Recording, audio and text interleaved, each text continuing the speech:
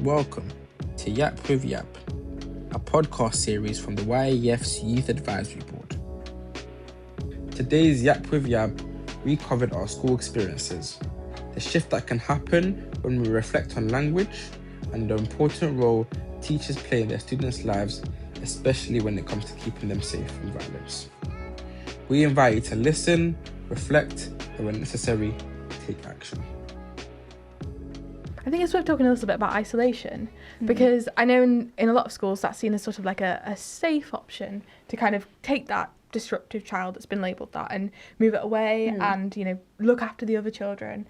But I think a lot of the time, the reason why students put into isolation is more for the ease of the teacher. You know, if they're being disruptive, they've disciplined them, and then sending them into a space where they're just sitting with their own thoughts. They probably didn't wake up that morning and think, I'm going to cause trouble, I want to be disruptive, I want to make this person's life difficult.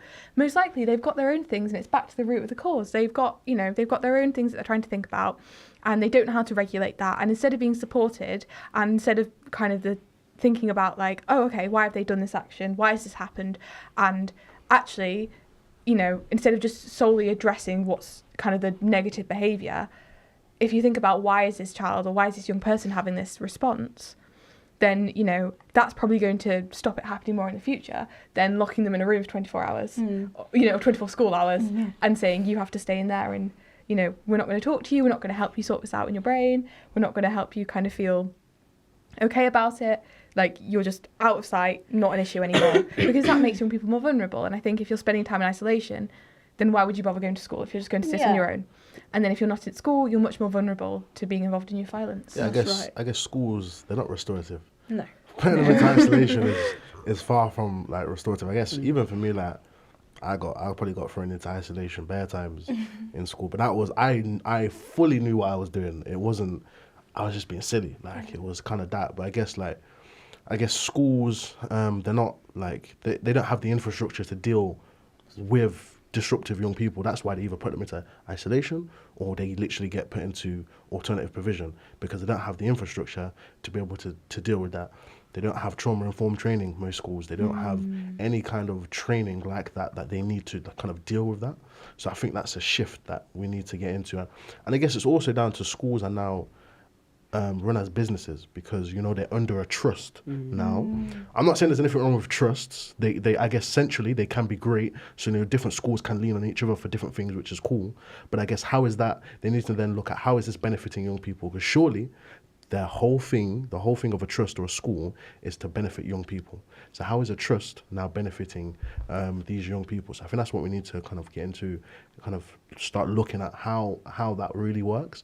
Obviously, in some trusts, they now have like youth outreach workers and stuff like that going into different schools, which is great, cool. But what else are we doing? How else are we developing kind of a trust into supporting young people kind of from a central point of view, really?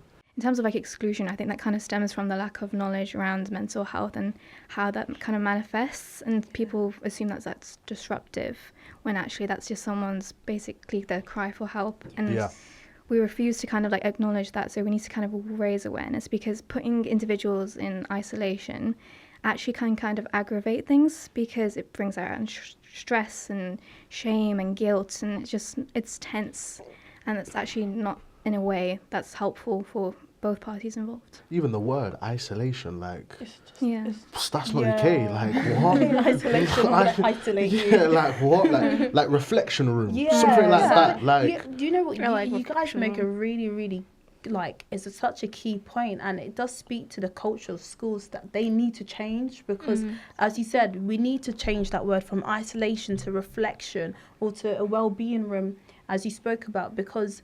Again, I remember in school, I was put in isolation so many times and I'll sit there and I'm thinking, I'm there from 8:30 to 3:30. No one's speaking to me. I'm getting on with some work. I'm not doing anything. What does this really do for me? No one is taking me out to be and ask me, okay, why are you here? Do you know why you're here? What can you do better? Right? You know, because it's important when you reflect, you're able to understand. There's so many things that are happening when you have the opportunity to reflect. And I think when schools have that, again, as you said, a restorative approach, they will see that more young people will be less likely to you know, go into the isolation room, or they'll be more able to engage with their emotions and self-regulate themselves. And then you will see, you know, again, that there'll be that knock-on effect where less pupils will be, you know, less inclined to get involved in youth violence.